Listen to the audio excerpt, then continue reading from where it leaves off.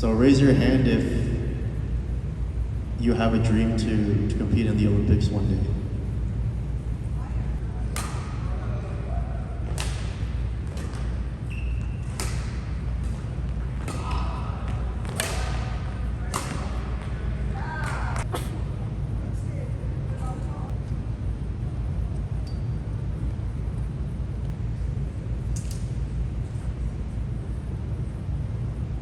Good morning, everyone.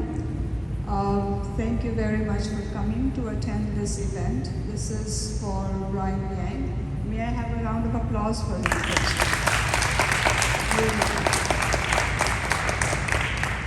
Brian Yang has been, I shouldn't say I have been part of his life because he probably didn't even know me when he was younger, but he has been part of my life and Karan's life. Karan started to play badminton at KC Badminton. First he was at Fernando's, then he was at KC, and then we went to E Badminton, and that's when we met Brian Yang for the first time, and the mom. Daddy, I didn't know too much. He was always in the background. That's Michael, his dad. But Nancy and I used to talk a lot before, and I would just watch Brian. You will not believe it that since he was a kid, he was what, I think 12 or 13 when I first saw him at New Badminton. I used to be in awe of him all the time.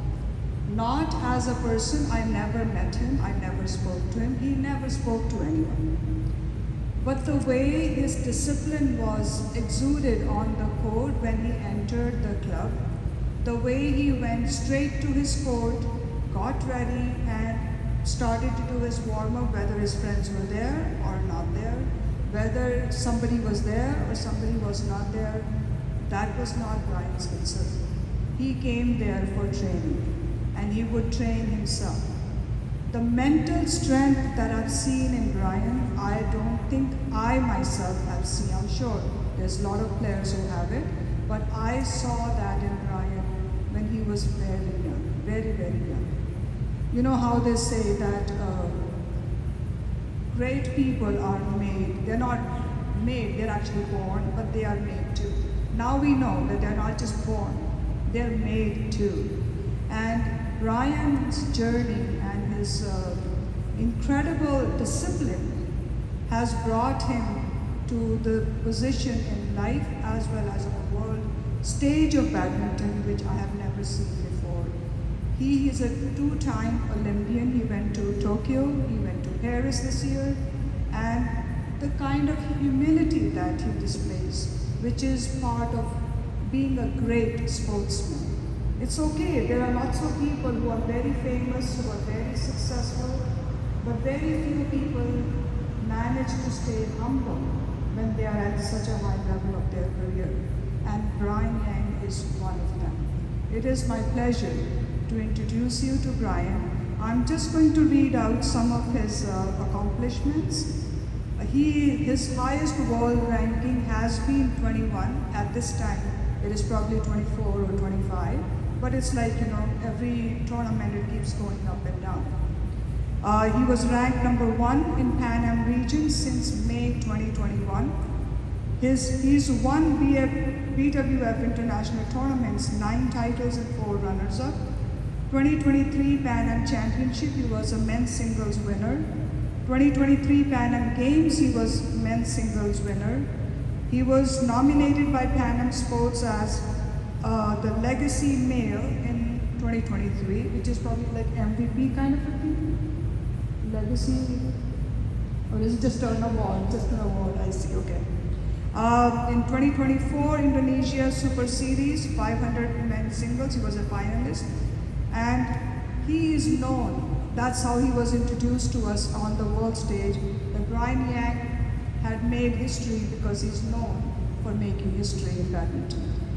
He is one of the first players who, youngest probably, to make it to the Olympics. Youngest? From Canada. Not of all time, but from Canada? From badminton, right? Yeah. So, tons of accomplishments he's achieved. To me, when I think about Brian Yang, I don't think about that he has reached his all-time high right now, because he still is very young and he's still aspiring to go lot more greater heights.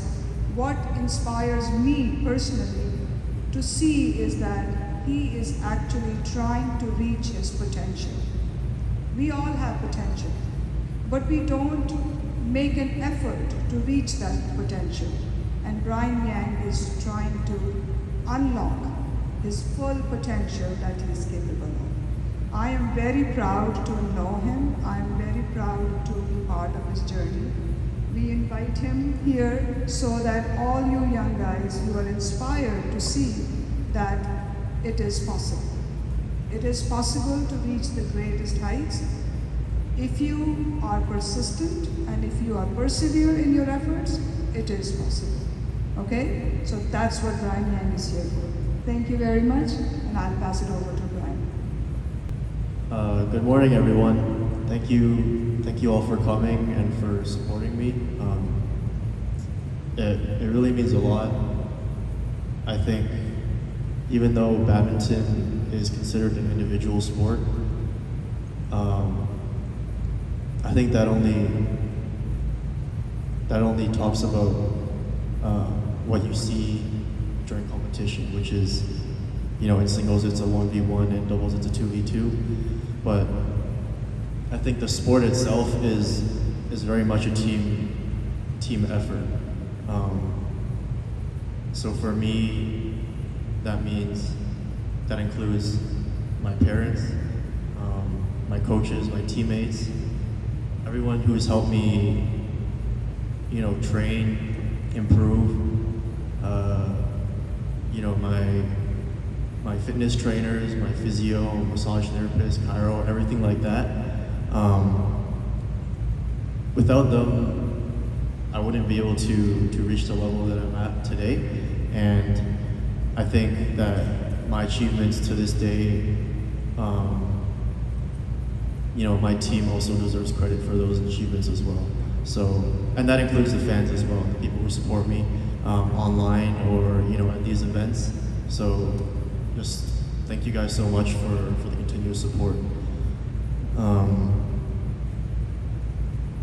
I guess since the Olympics just ended, I wanna pose a question to the kids.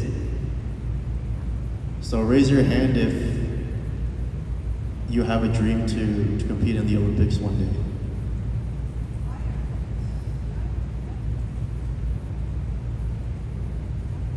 Okay, so just a few of you, but that's okay.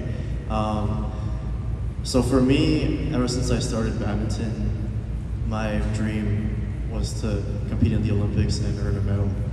And you can ask my parents about this, but I actually made this kind of handmade, like paper sculpture kind of thing.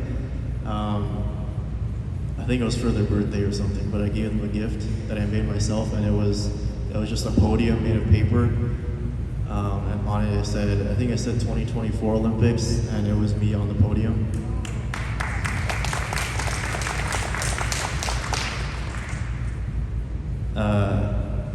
And unfortunately that didn't happen this year. I actually completely forgot about it. I didn't even know which year I put, to be honest, but they recently showed me again and I remembered it. But my point is, a lot of kids, when they're young, they get into sports, they dream of going to the Olympics. And I think that's a really good dream to have. And it's one that I had, of course. But for a sport like badminton, some people might think that Olympics isn't actually the biggest achievement in the badminton world. And so when I was growing up, I was in my teens and I was playing national tournaments and stuff, and I had no concept of, like Olympics and world champs and Super 1000 and stuff like that. I kind of, all I knew was that, like tournaments like the World Championships, they were the hardest ones to win because they had the toughest opponents. You know, like all the players from China can play, all the Japanese players, all the Malaysian players. But at Olympics, you know, only maximum 2 per country can play. So my understanding was that Olympics was a lot easier than like a World Championships, for example. So when I was growing up, I kind of almost put that dream aside and, you know, started to focus more on winning, you know, a World Championship title because I felt like that was more valuable, I guess. But now after the Paris Olympics, I know that's completely wrong. And winning for badminton, at least winning the Olympics is the biggest achievement there is. Even if you ask me, like 1 or 2 years ago, like last year, if I had to choose between winning a World Championship title and winning an Olympic title, I might have said a World Championship title. And even though I was at the 2020 Olympics in Tokyo, I think I still would have said a World Championship title because just the experience at Tokyo without the spectators and stuff, it didn't really feel like a real Olympics. Yeah.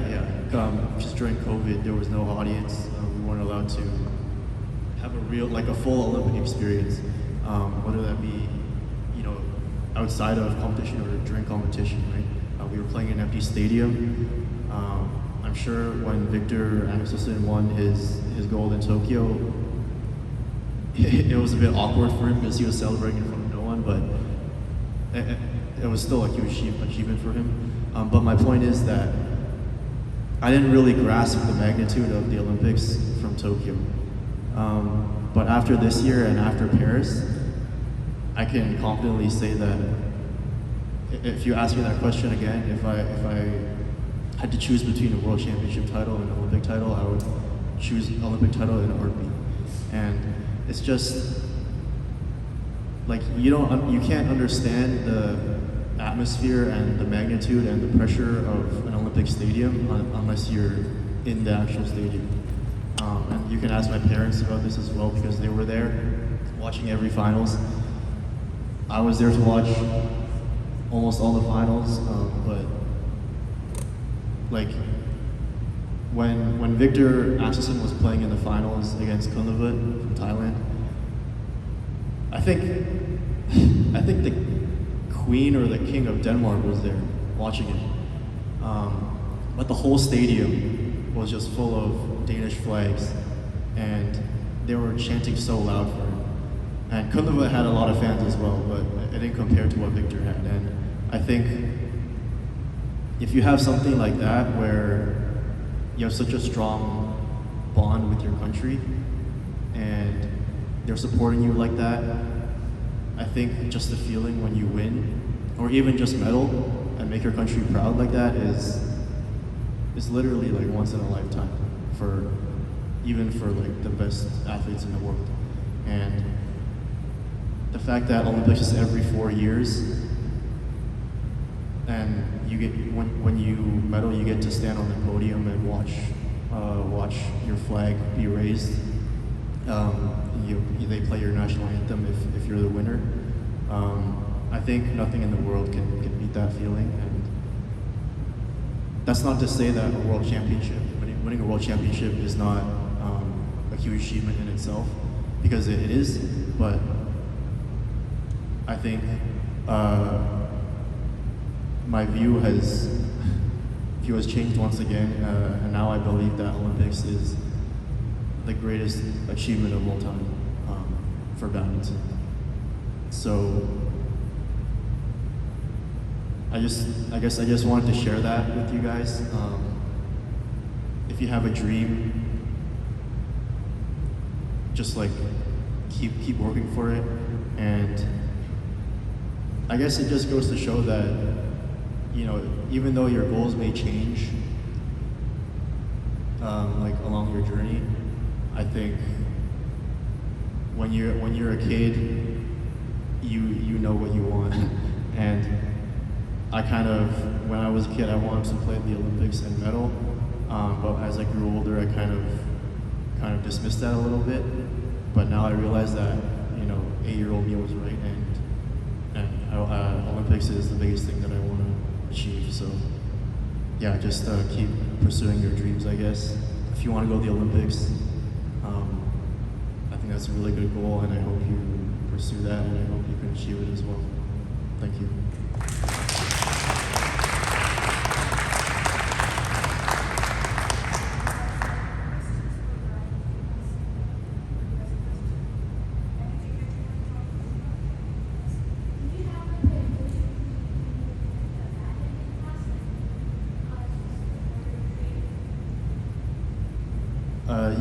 You mean like drills during training, or?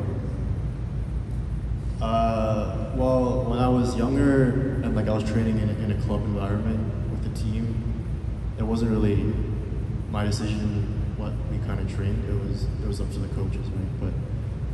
But even now, since I'm kind of just training on my own, a lot of it is, the majority of like my training is still up to the coaches. But it's something that we kind of both agree on that needs to be worked on. So it's more, I guess, catered towards myself, and yeah, just like more structure.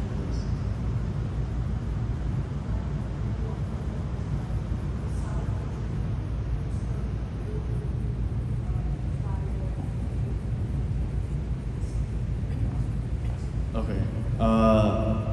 Well, I guess, like, if you're young, like you guys, your bodies are like very healthy. You guys recover quick. But for me, ever since I kind of started training full time, I got injured a lot. I've had a lot of ankle problems in the past. I've focused a lot on, like, I realized that resting is as important as training, and so after training I do a lot of like stretching, foam rolling. I do an ice bath every day now, and a hot bath after, just for recovery. I do a massage once a week. I do stuff like chiro. I do physio sometimes as well, if like part of my body is feeling a bit sore or a little bit painful. But I actually spend a lot of time, almost as much as training actually, I spend a lot of time focusing on recovery and rest, because all of that training is going to go to waste if you can't stay healthy and if you get injured, if you can't play properly. So I think the most important thing is to just stay healthy.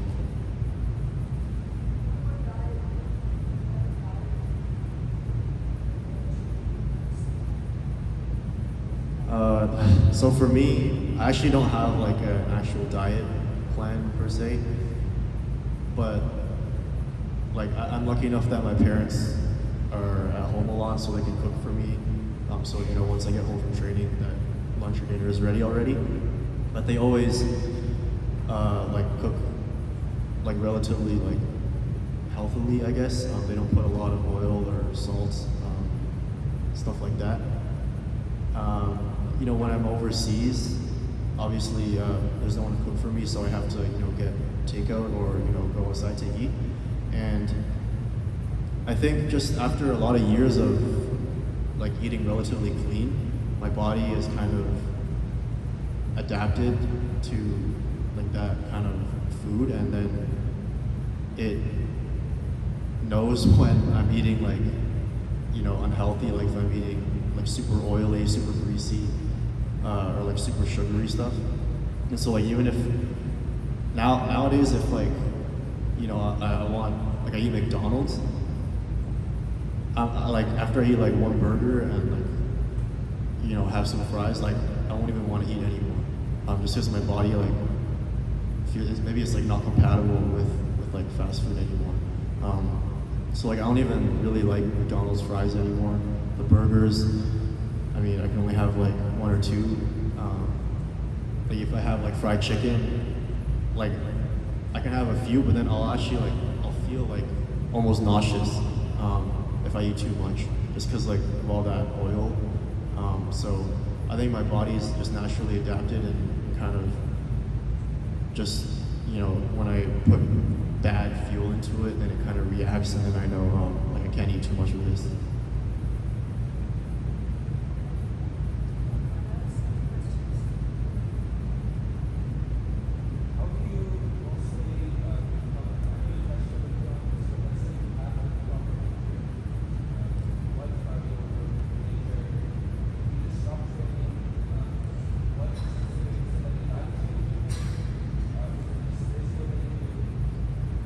Yeah, so if I have like an actual injury, well, it depends on the severity really, but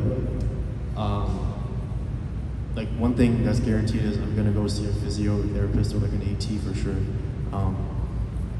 because they're professionals at that, and if I want to recover the quickest, then I'm gonna have to see them. But like for some injuries, like I said, I have a lot of ankle injuries. I've had two where I was unable to walk after, so in that case, of course, I have to just stay home and rest. But like unless like your whole body is like hurting or something, if you injure one part, you can still work on other parts of your body. So when I had a lot of ankle injuries, I was like resting my ankles, but I was working on like my upper body or like my core, or even like just my other leg, right? And then, so there's always something you can work on, I feel like, unless you have like a really bad injury. And then there's just a lot of rehab involved as well, just to make sure that you strengthen that part of the body that's been injured, to prevent future injuries.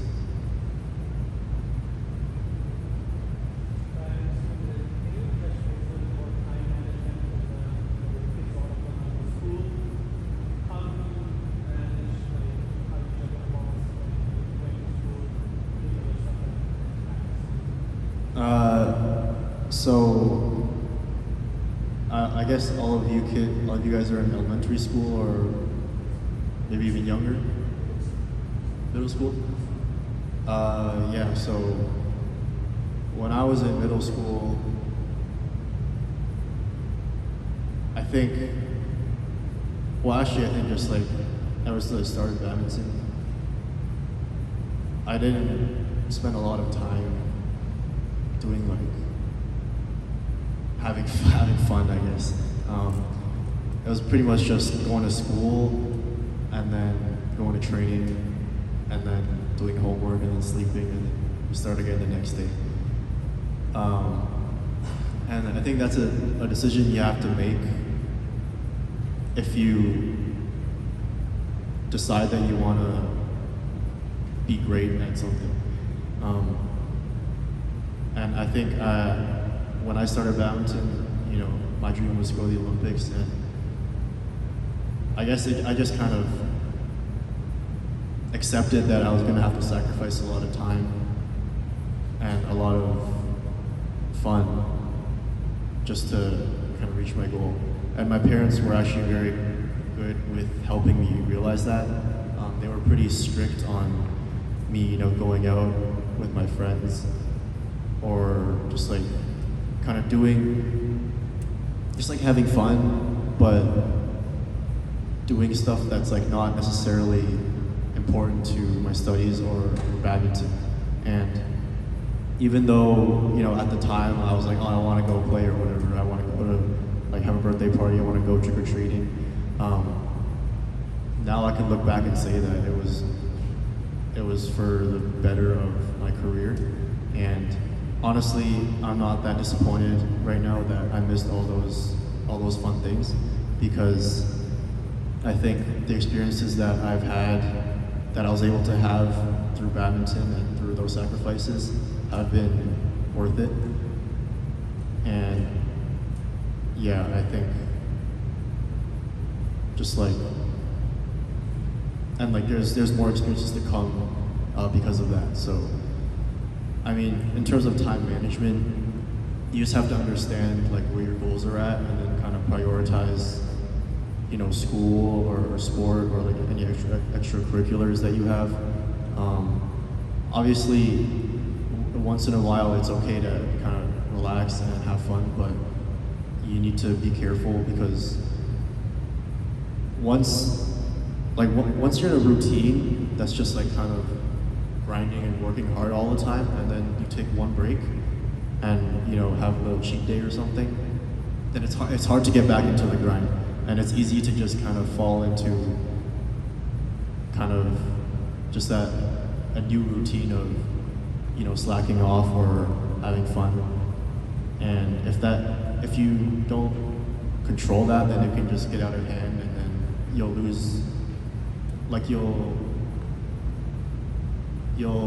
fall off the track of like what your goal was. So you need to be careful with that, and just like keep focused on what your goals are, and then I mean, yeah.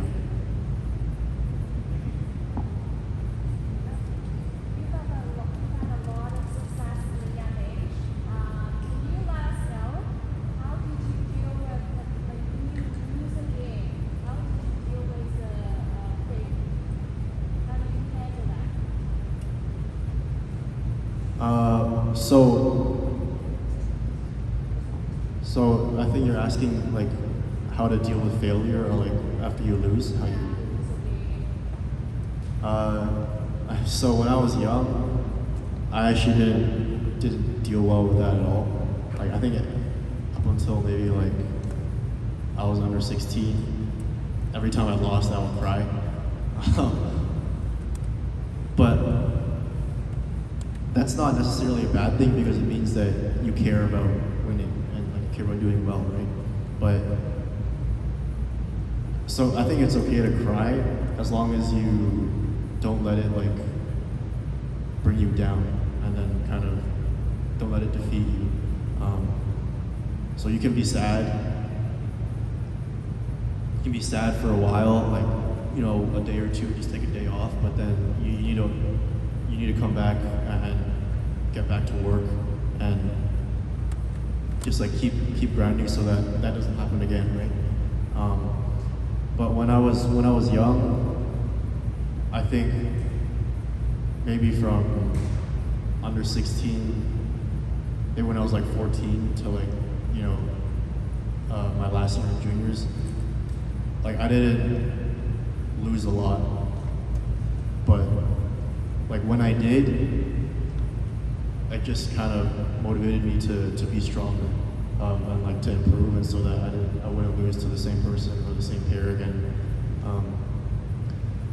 But once I got to seniors, like my mentality kind of changed a lot, because seniors was a whole different ball game, and like everyone was super strong. And juniors, I was kind of, at least in singles, it was kind of like not a huge amount of competition. But like once I hit seniors, even I would go to like a European international series and play against like, you know, a rank 100 plus player, and I would lose like badly. And so like the biggest thing, I think, the hardest thing about transitioning to seniors was learning to like kind of reset where I thought my level was, and not expect to win, instead expect to lose. And I lost a lot, you know, when I was in those like first 1 or 2 years of seniors. But you just have to, like I said, it's all about like, you have to know where your goals are, and if you're determined enough, then, you know, one loss isn't going to mean a lot in the future. In fact, it's like a stepping stone to being able to win. So, I mean, it's not like, I guess some people, when they lose, they feel like defeated and they don't want to, they'll give up. But some people, like, they'll want to come back and get revenge, I'd say, or like just be better, so they won't lose next time. And you have to decide which person you want to be. And I think I was the second person, so I was able to reach where I am today.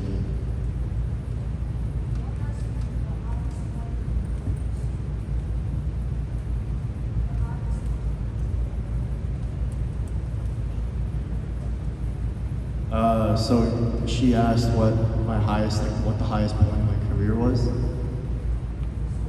So far, yeah.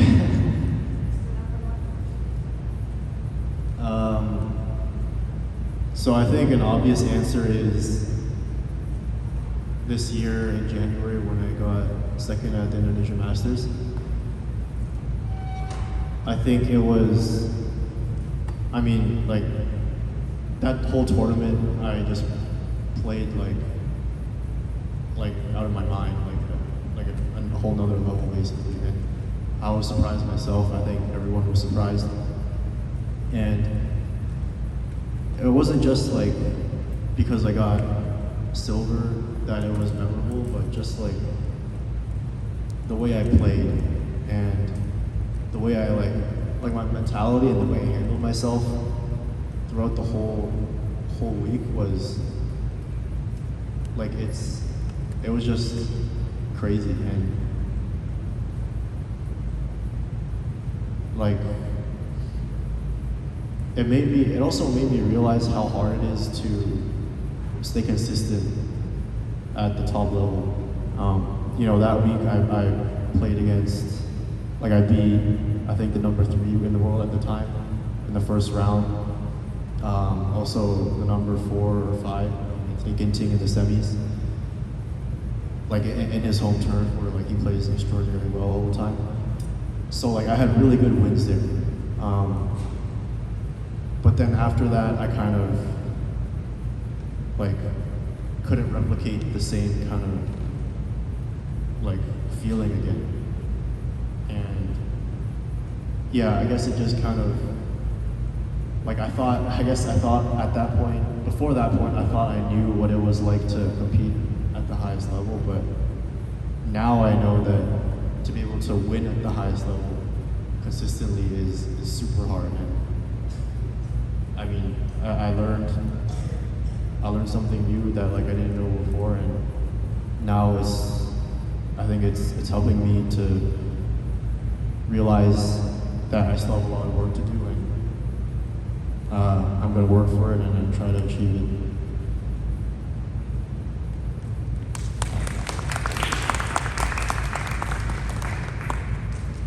I do have a question. Speaking of playing at the highest level, I was wondering, is there any player you would consider a rival or someone you would find special joy in beating? So he asked if there's a certain player that I would consider a rival or I would have a lot of joy beating, right? Yeah, exactly. And honestly, they're no, there's not anyone in particular, but at this level, just getting a win is something to be proud of already. No matter who it is, because at Super 1000, Super 750, all the players are best in the world, and they're there for a reason. And yeah, just getting one win is really big, and getting more than one win is even better. But I don't have any grudges or anything against anyone in particular. But yeah, I think just beating anyone.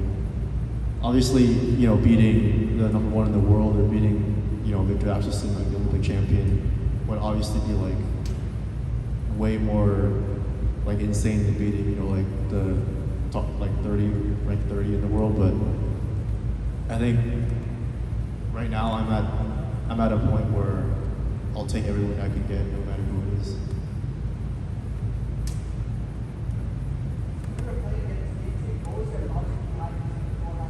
Okay, this is a common question. He asked when I played against Ginting in the semis, why I did a forehand serve at the end, like a bunch of forehand serves at the end. So the context is, it was the third game. I was down 19-16. Okay, well, I was down 19-15 at first. He had the serve, I won the point. And in my mind, I was like, so before, like this whole third game, I was like backhand short serving like normal, but he was just like, basically like destroying me on the receive. Like he was doing deceptions, he was rushing the serve. Even if I flicked like once or twice and he just moved back and smashed it like down the line at one point immediately. So I was having a lot of pressure with my serves in the third game.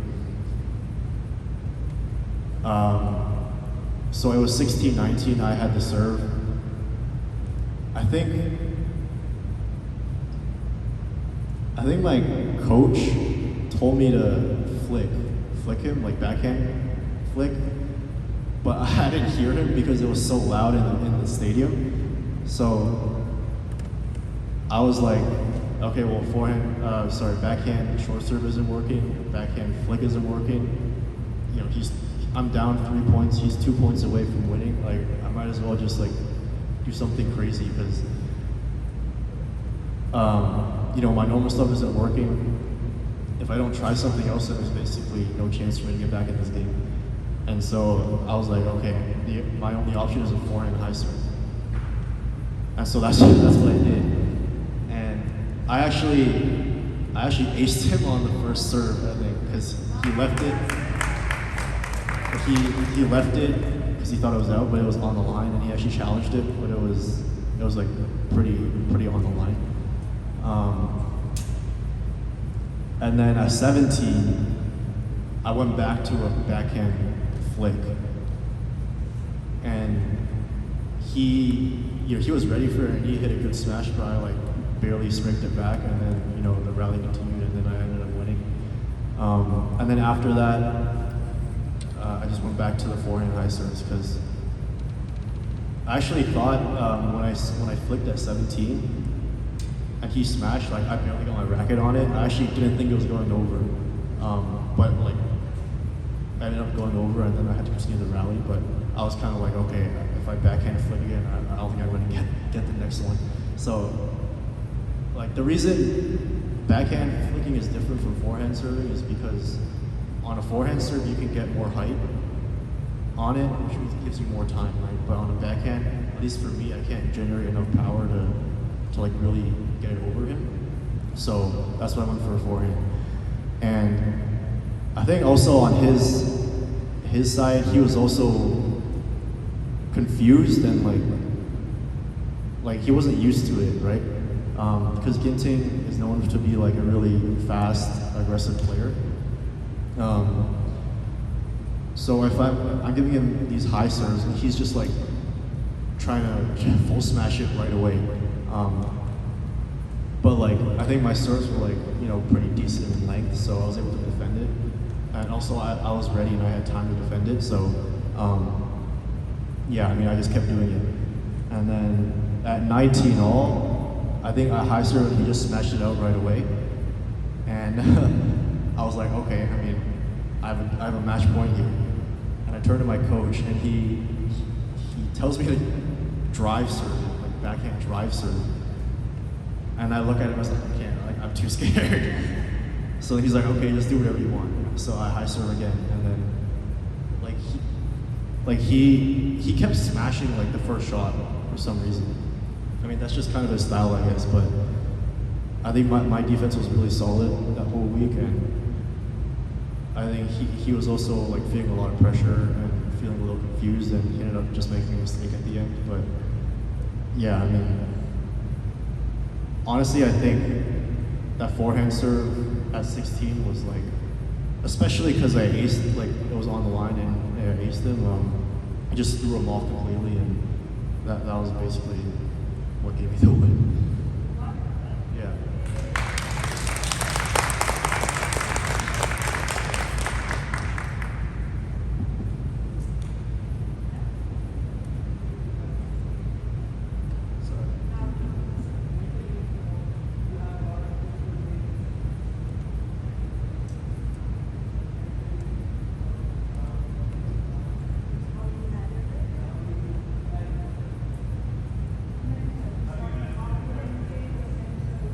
Okay, how I prepare mentally.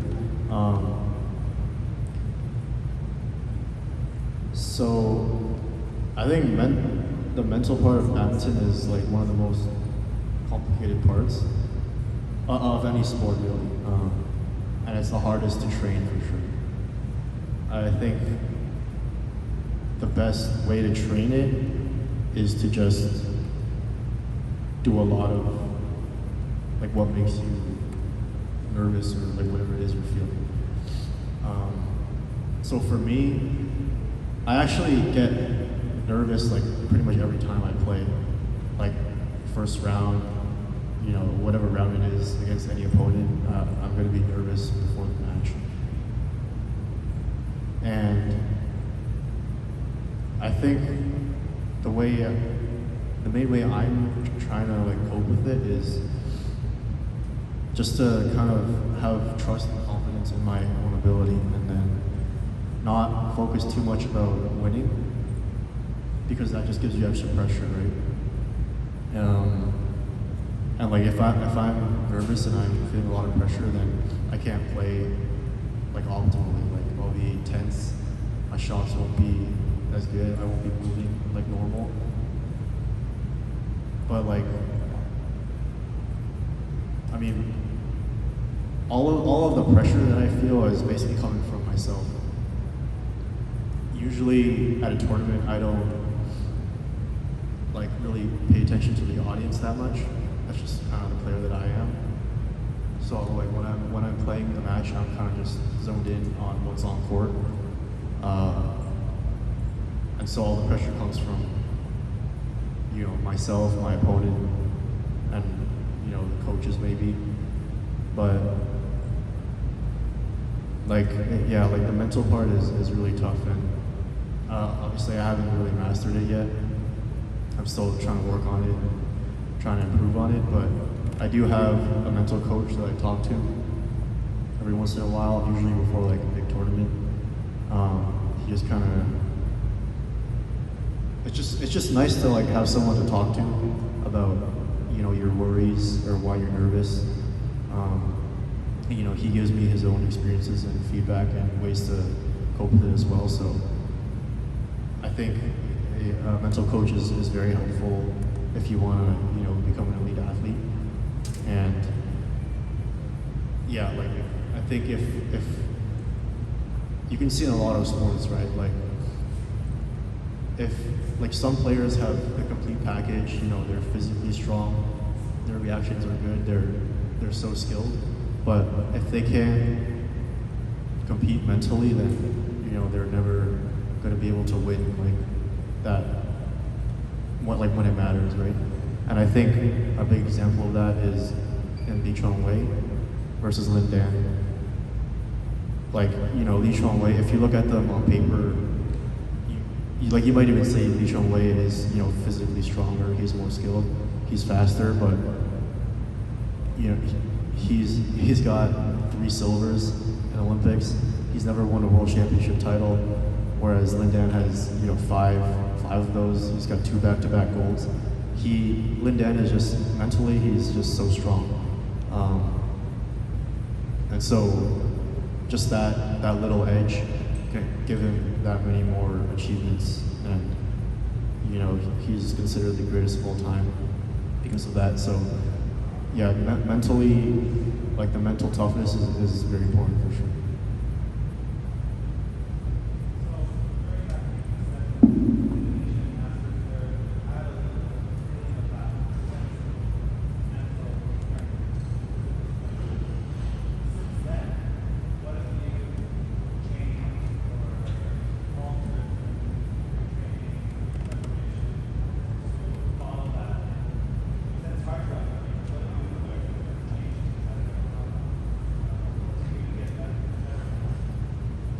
Yeah, so I think the training itself hasn't changed a lot. I think the hardest thing to kind of get past was what we just talked about, which is the mental part. After that week in Indonesia, I kind of went into like, it's hard to describe. I kind of got complacent in a way.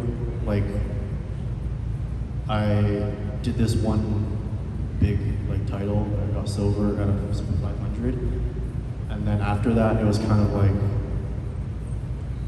there was pressure on oh, now I need to do it consistently. There's also a bit of now at lower level tournaments, it's like when you're a higher level than someone, whether it be ranking or just by pure level, you find it almost not worth it to play against someone who's lower than you, right? And which is not a good thing to feel, but it's hard. Sometimes that's just how you feel. It's hard to stop that, and I think I felt a little bit of that because after that I played a couple lower level tournaments, and I just didn't have the same fire as I did in Indonesia. Yeah, just a lot of mental things that kind of made it hard to get back to that kind of feeling, and it's taken me basically until now, until a few months ago, to kind of reset and then get that fire back and just try and get back to a level that I know I was capable of playing at. And I think it's getting better. I'm kind of starting from scratch, and I think progress is going well. So hopefully, another week like that can happen soon.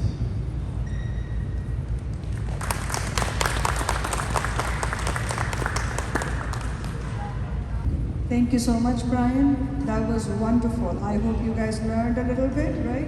And you will take something with you. Remember two things: hard work,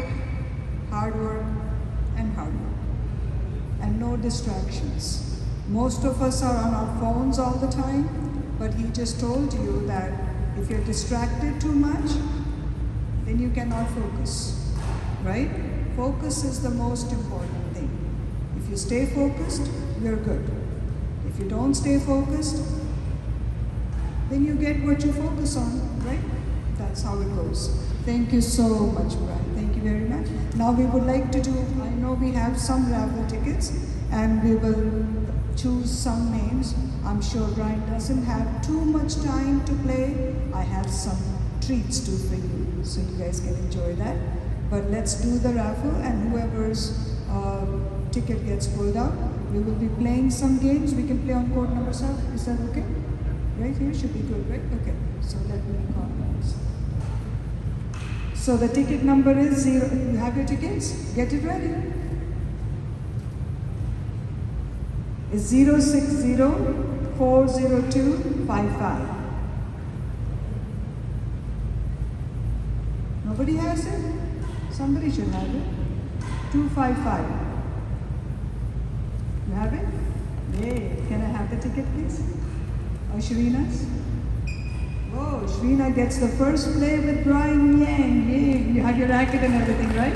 Wonderful, wonderful. And then the second game, can you pull out 5 tickets for me, please? 5.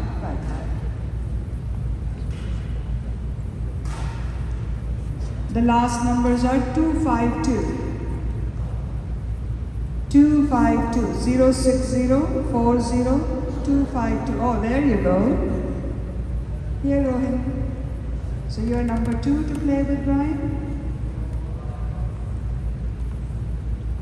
Oh. 251. 060-40-251. Yay, Augustine has it. Yeah, may I have the ticket, please? You're the 3rd player.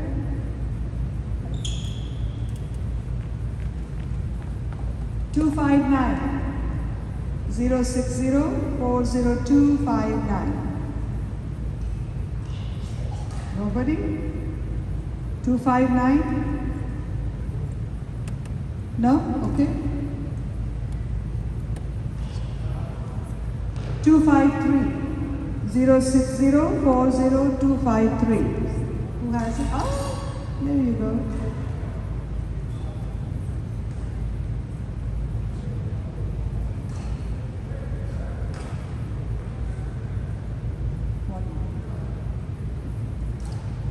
Zero 258.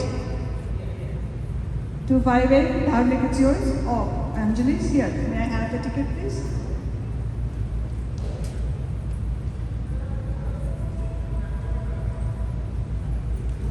Yours on it?